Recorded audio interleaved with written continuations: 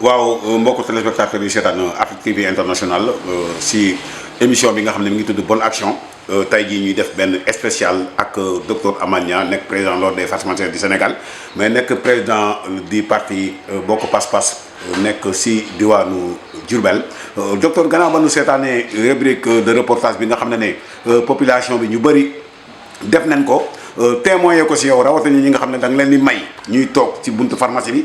ñoom ñu waxal seen bopp suñu toogee fu nu mën a toog dañ leen di yëkkati ak jakartaamaan yi nga xam ne daanaka dañu encombré sa buntu pharmacie mais teewul defu la dara la nga jàpp ne ay Jurbel waa neen yoo xam ne ay sénégalais neen ñuy jël ci seen wërsëg di ko yóbbu si njaboot gi loolu ba nga seetaanee li nga xam ne moom mooy témoignage yi loolu lan la def.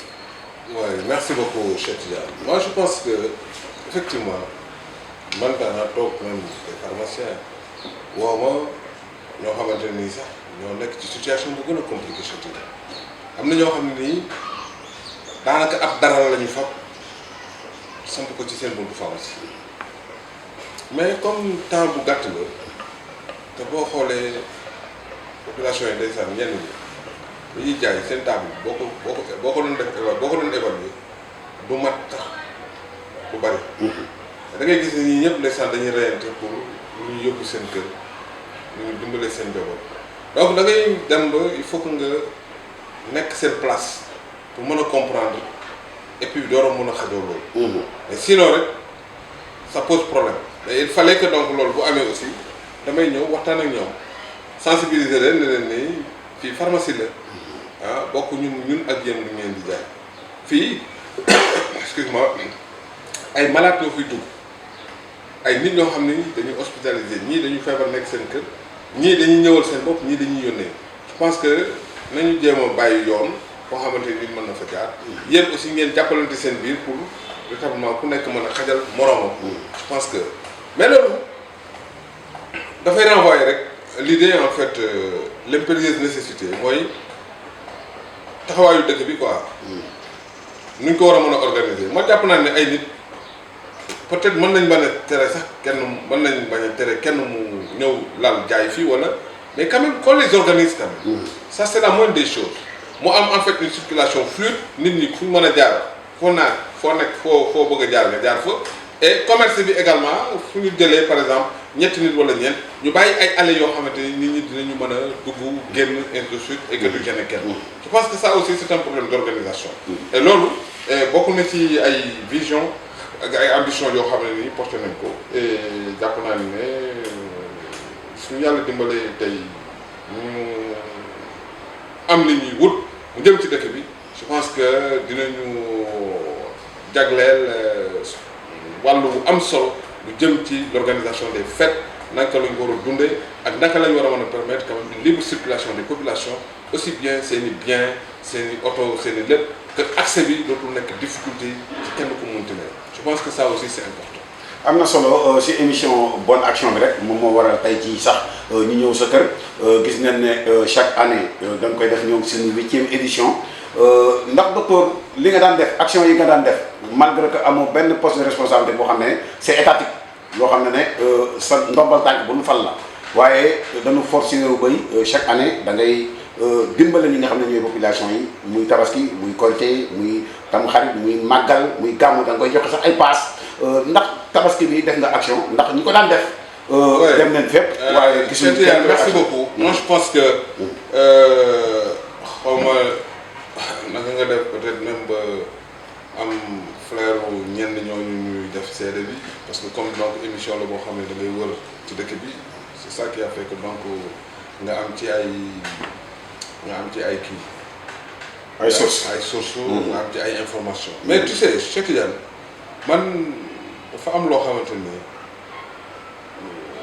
nit ñi dañ koy casse ci man le fait de vouloir relier l'action sociale à l'action politique man dama ko mus a contre parce que ki la dàq def lu baax maanaam dimbalee nangam fab nit ñi ku ci am problème nga régler ko ci nangam nga dimbale ko fab jàppale leen ci nangam loolu ça ne témoigne pas du niveau de compétence des gens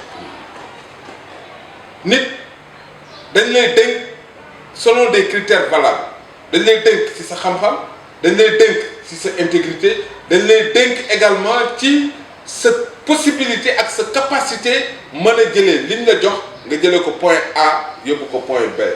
Je pense que ça c'est important.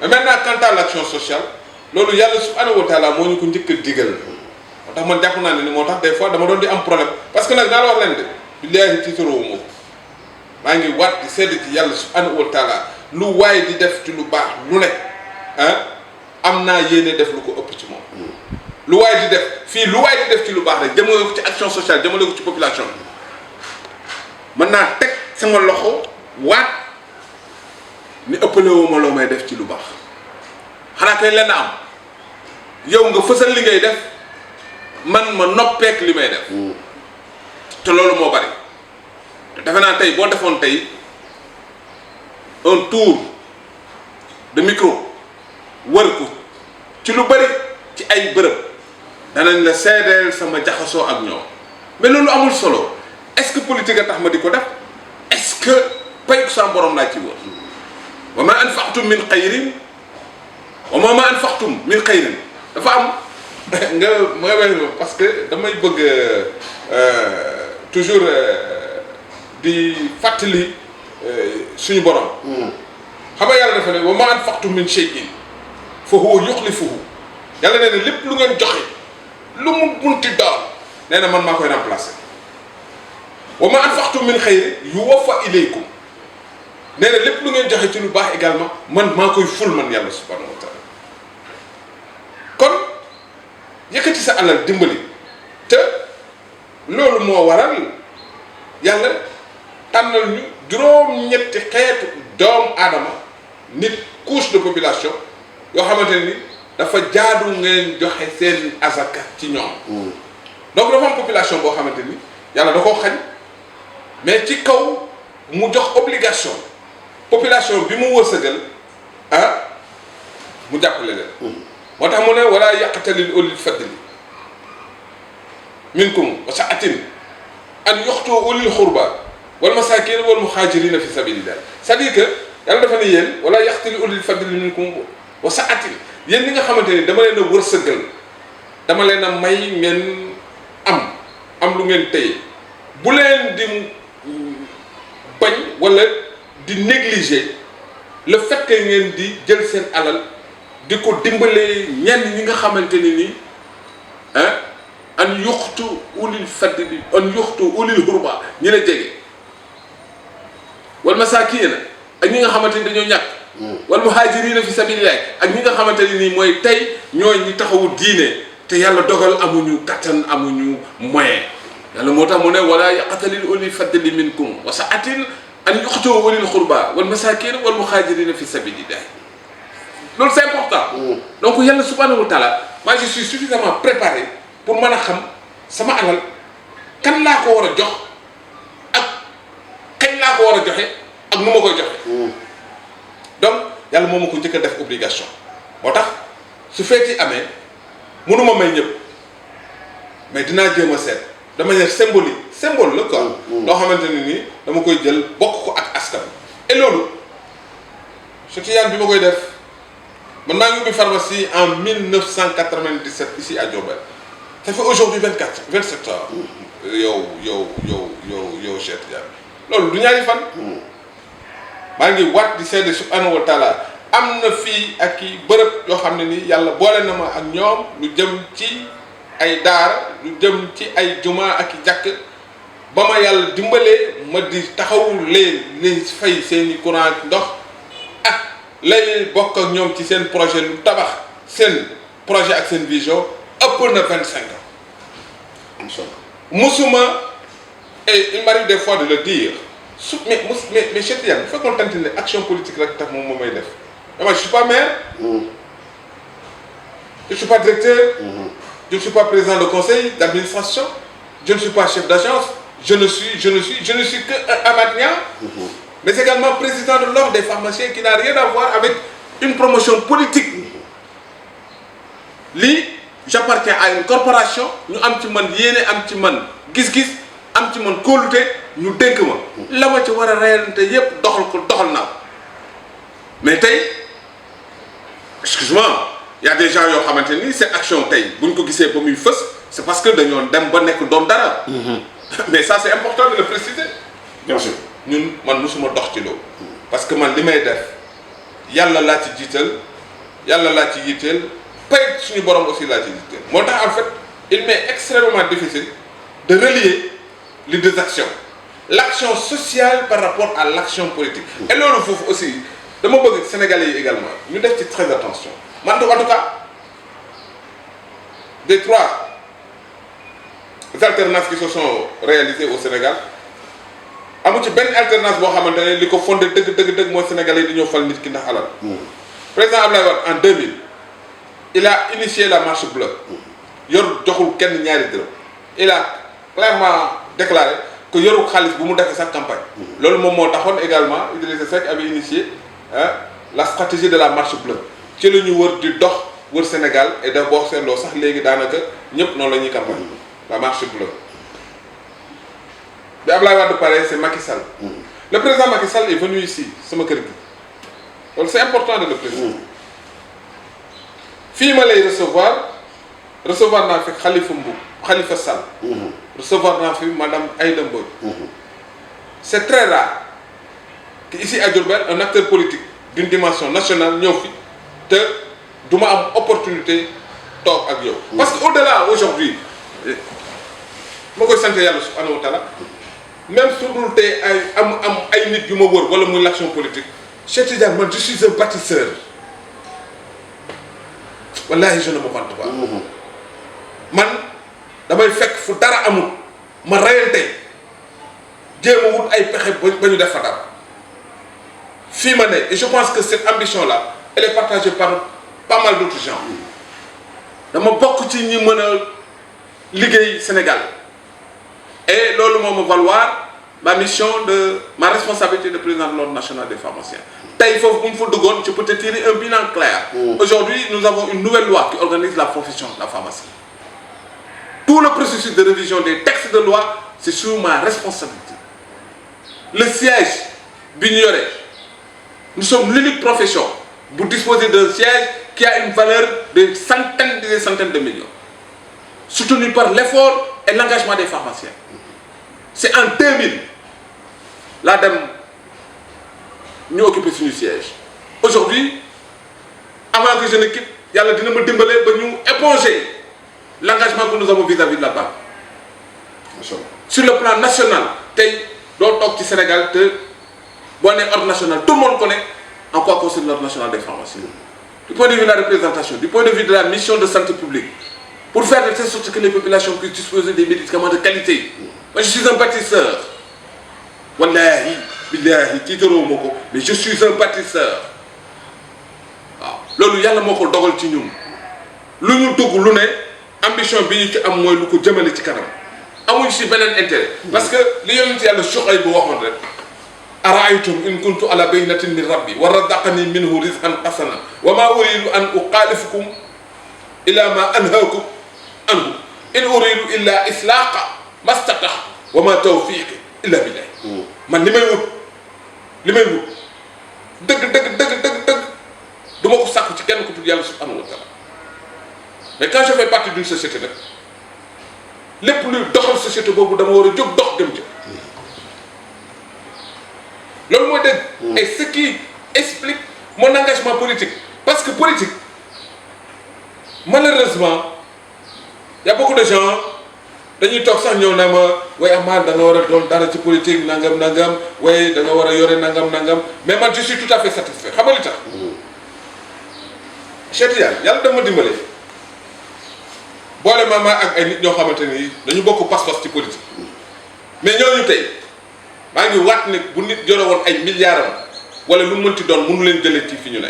parce que dem nañ ba ancré yu ci pas-pas ak des engagements et des valeurs. Aujourd'hui nous devons faire la politique autrement la politique soutenue par des principes de valeurs mooy nekk nit koo xamante ni tu es au service de tes siens maanaam yow li la amal solo mooy naka ngay def ba sa askan naka ngay def ba sa population naka mais également aussi dans une démarche rassurante boo xamante ni ku la gis xam ne mais tu reflètes toute une personnalité et tu dégages une assurance c'est important. À l'heure actuelle de l'évolution de la politique mondiale, il y a des problèmes. Aujourd'hui, l'islam fait l'objet de pas mal d'agressions et d'humiliations. Regardez ce qui s'est passé au niveau de l'Europe, en France, au lendemain des élections de l'Assemblée européenne.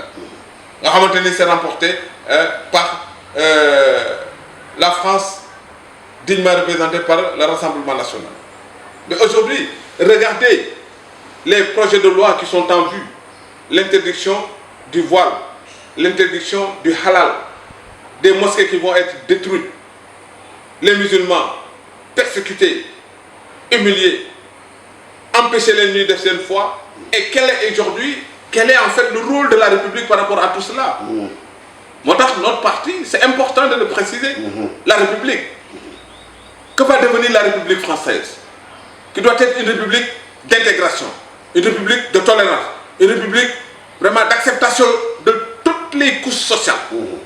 Mais le musulman a le droit de vivre partout où il veut. Il y a 6 millions de Français qui ont une foi musulmane. La République doit pouvoir les préserver, les devoir protéger. Aujourd'hui, le phénomène de l'homosexualité, vous avez vu, que doit être la réaction de la communauté musulmane, les leaders musulmans. La moitié n'est que c'est une position. Mais ça, c'est important.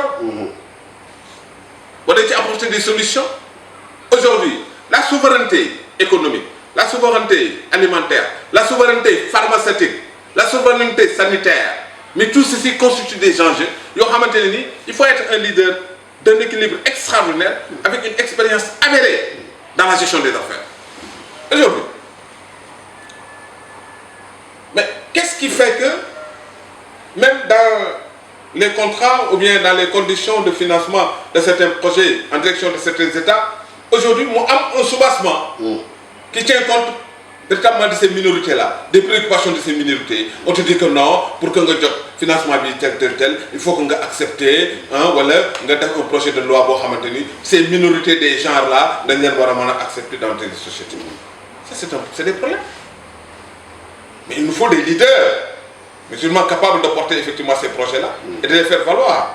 Et je pense que là aussi, beaucoup de ambition dama gëm ne war nañ ko taxaw parce que yonent bi sallallahu alayhi wa sallam walladhina amanu bihi wa azzaruhu wa nasaruhu wa tabawu nuuru allazi anzala ma'ahu fa ulaika humul muflihun. Ça c'est important. Yonent bi sallallahu alayhi wa sallam dafa ni ñi nga xamante ni ñii ñoo koy dimbale ñoo koy dooleel te ñooy topp leer gi wàcc ci moom. Leer gi wàcc ci yonent bi mooy lan? Mais l'islam, le Coran, dans toute sa quintessence, dans toute sa profondeur, gisuma société bu jàngale lu ko gën a wér ci équilibre social. Le Coran a parlé de la justice. naka lañ war a dundee alal ji bokk suñu diggante. yaa alxuraan jàngal na naka nga war a dundee ak sa voisin. tey dama dëkk Thierno Kandji. Quel est le comportement que je dois adopter vis-à-vis des habitants de Thierno Kandji?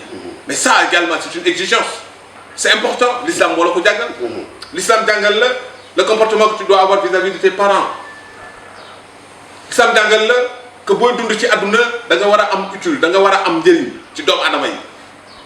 Nit ci deug li am solo moy mu am njëriñ ci nit ñi. Lolu l'islam la ko jàngal. Donc gisuma un programme politique bu gën a nekk un programme cohérent, un programme pertinent que le programme proposé par le prophète Mohammed sallallahu alayhi wa sallam. Parce que le programme mënta weesu mu ne na ngeen nekk communauté bi gën ci communauté. Donc il nous inscrit dans la logique de la rivalité. mooy lan communauté boo mënti nekkal nga incarner des valeurs yoo xamante ni ku la gis naw la ku la gis bëgg la. kuntum xayra ummatin uxrijat linnaasi ta'muruuna bil ma'ruufi wa tanhawna anil munkar. Mais gis nga loolu dafa doy sëkk pour bâtir une société. dafa doy sëkk pour bâtir une nation. mooy réew moo xamante ni dañuy digale lu baax ak tere lu bon. mais loolu mooy dëgg. mais nekk ci réew moo xam ne wa saari'uuna fil ismi wal udwaani wa aqlihumul suxt. mooy réew moo xamante ni dañuy tiitaroo mais mooy yàlla dañuy tiitaroo noonante dañuy tiitaroo lekk alal ji nga xam ne moo tax suñu diggante. wala ta'kulu amwaalakum baynakum bil baatili wa tudlu bihaa ilal hukaam. Cheikh Tidiane dans le cadre de mes actions politiques dama am une vision claire Cheikh Tidiane mon cher.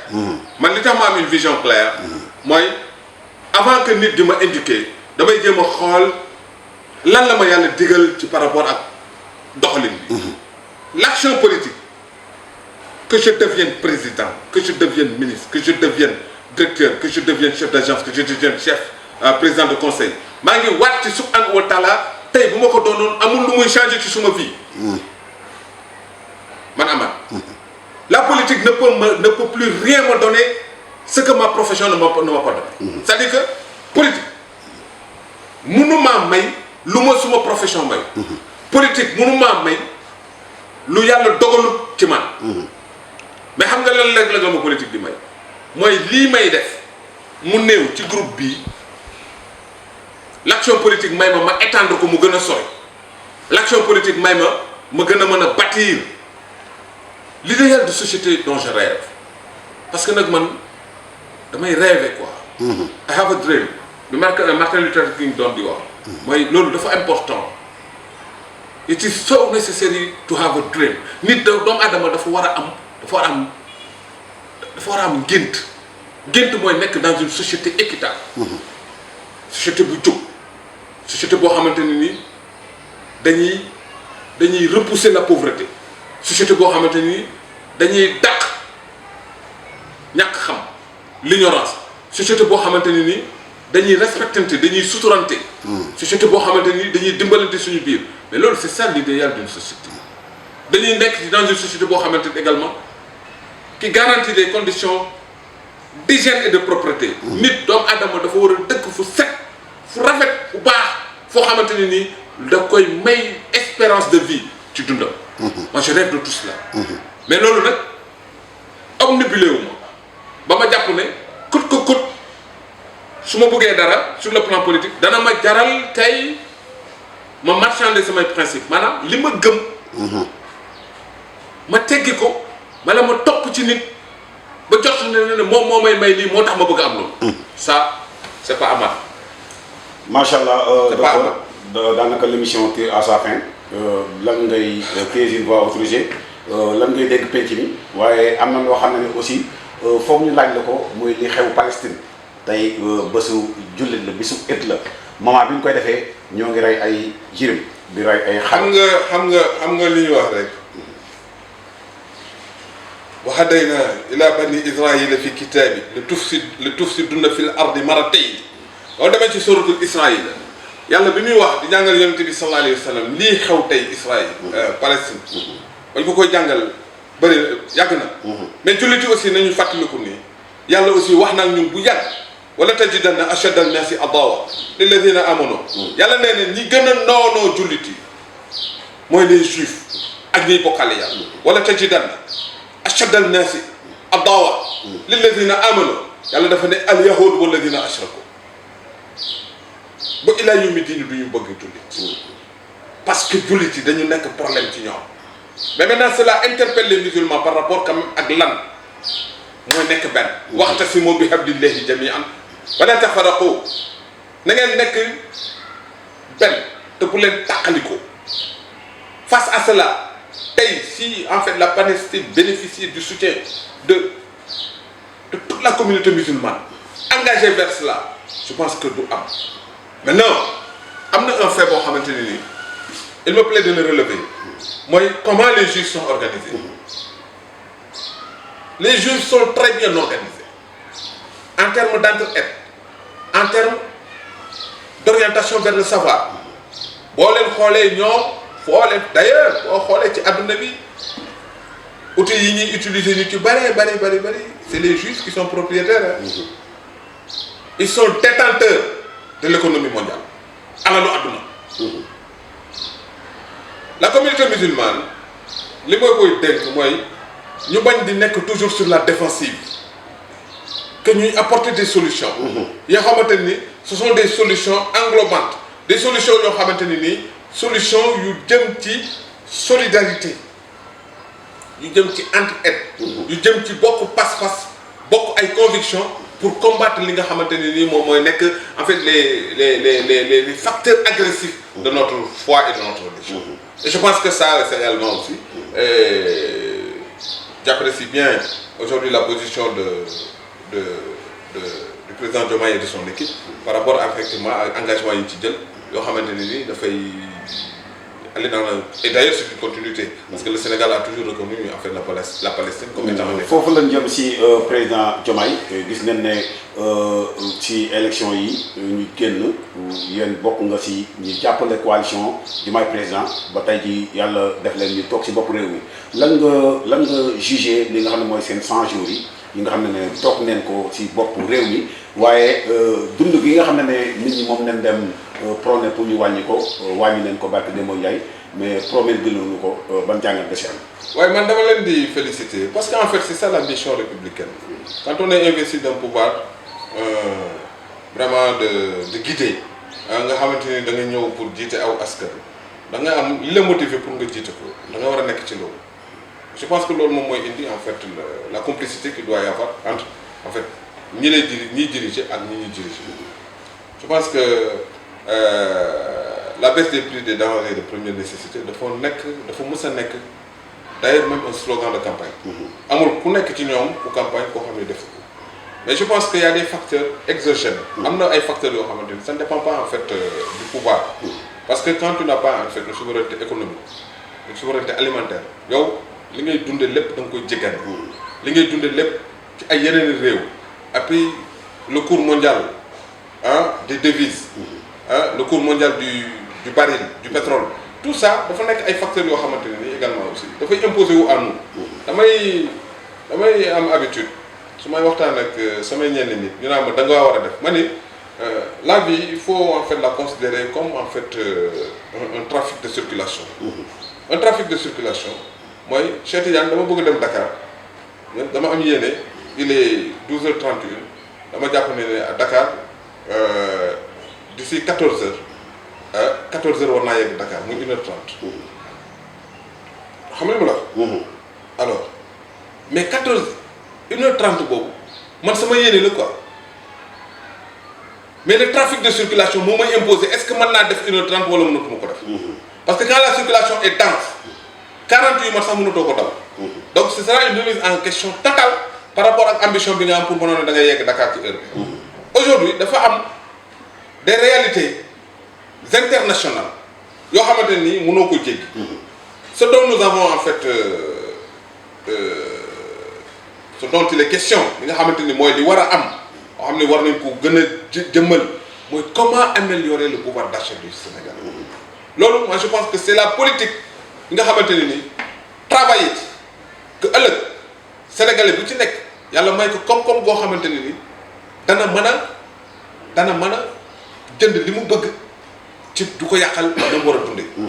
mais pour le moment je pense que c'est un acte clair.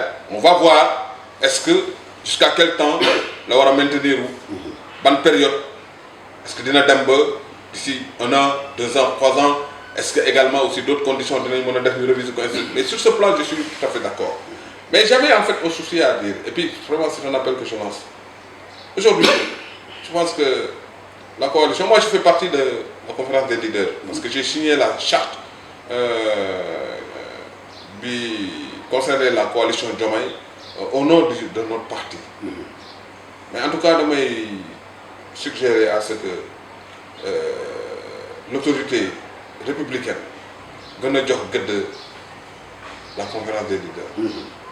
Ça, je ne le dis pas par rapport à moi-même, mais je connais l'ambiance qui règne. Et Gizna aujourd'hui, en fait, comment elle évolue. Ce qui a motivé et favorisé le succès de Macky Sall pendant 12 ans, a une bonne perturbation par rapport à sa coalition. Moi, effectivement, il s'est tout le temps appuyé sur les personnes ressources de sa coalition. C'est important parce que dans ce pays-là, qu'on ne se leurre pas, aucun parti ne peut se prévaloir une certaine majorité dans ce pays. Amoun.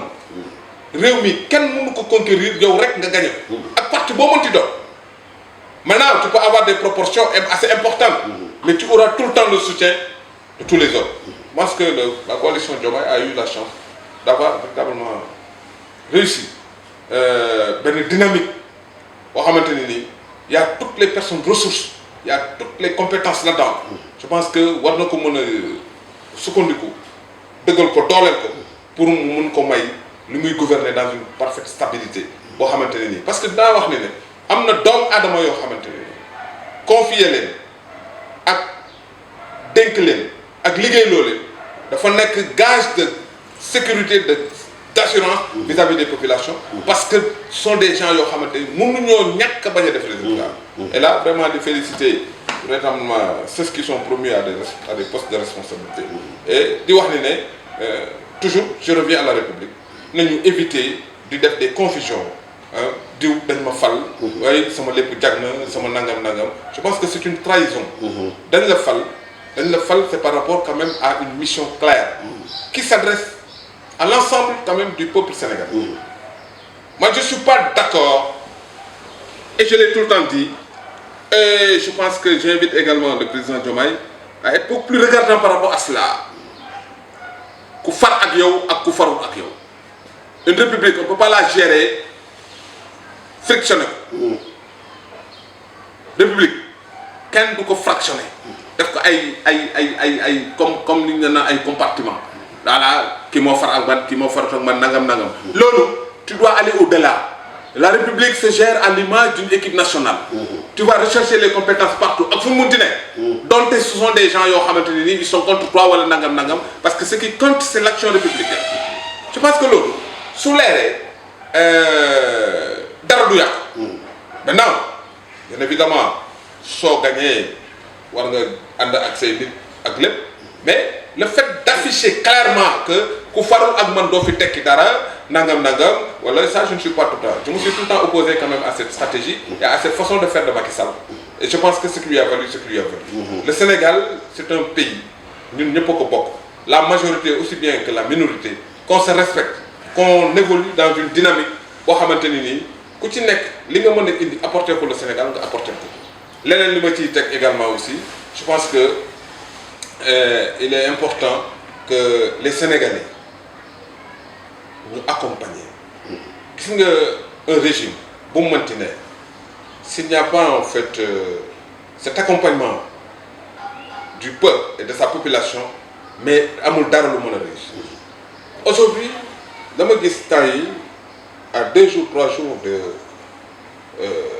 l'organisation de la Tabaski les passagers sénégalais les voyageurs gars yi war a jóge Dakar di dem dans leur ville et autres toutes les difficultés yi ñu am pour quand même se faire transporter je pense que ça aussi c'est un problème et vraiment je magnifie et saluer l'action de El Malick le ministre des Transports par rapport quand même aux mesures fermes et des mesures d'urgence yi nga xam ne jël na ko yu mën a permettre Sénégalais yi ñibbi parce que loolu dama concerné quoi moi j'ai des enfants qui étudient à Dakar à la veille des élections à la veille des fêtes dañuy am problème des fois dañuy préférer sax man xaar ma ñëw Dakar bu may ñibbi si ma indaale leen wala des fois même je suis obligé de demander à Pape d'aller les récupérer et peut-être man tey ñaata Sénégalais ñoo am possibilité boobu mais je pense que le transport urbain interurbain dañ ko war a renforcer dañ ko war a mettre dans des conditions extraordinaires renouveler le parc automobile des transporteurs loolu dafa nekk également aussi un accompagnement boo xam ne état war na ko def à travers peut-être des fonds de financement yoo xam ne ti allégé du point de vue de remboursement ñoo mën nañ ko def ou bien que également aussi état dans le cadre man les subventions je ne suis pas d'accord tout le temps que lu jóg ñu mën ko subventionner parce qu'il arrive des moments où les subventions ne permettent pas parce que durée bi ñuy am du sotti loolu aussi ñu ciy inviter quand même les transporteurs l'action citoyenne ne concerne pas seulement ceux qui dirigent l'action citoyenne képp kuy sénégalais yow la concerné man jàpp naa ne par exemple Dakar Diourbel ñu mën ko ne dañ koy fay ko 15 000 francs nga am 7 places bi ça te fait 105 000 francs bu dante yow Dakar Diourbel da ngay fay 20 000 francs carburant retour 20 000 francs ça fait 40 000 francs ñaata moo lay dese tu as 60 500 ou bien 65 000 francs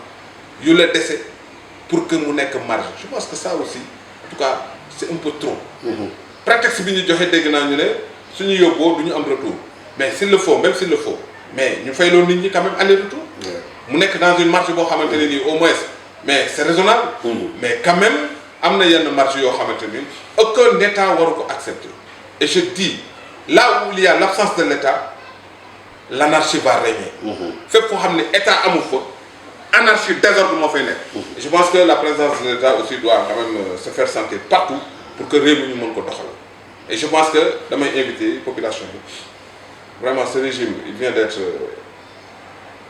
installé. je pense que jàpp naa ne repère sax amaguñ ko ci véritablement les orientations. et l'imprégnation réelle des véritables préoccupations du pays. je pense que may leen temps gunge leen parce que ce sera à l'avantage de tout le monde. aujourd'hui le président Diomaye il réussit. c'est pas pour lui. il réussit ce sera pour le compte. de tout bon Sénégalais. donc ñu xaw ko ñu jàppale ko te bàyyi di diaboliser gis nga doomu aadama surtout Sénégal.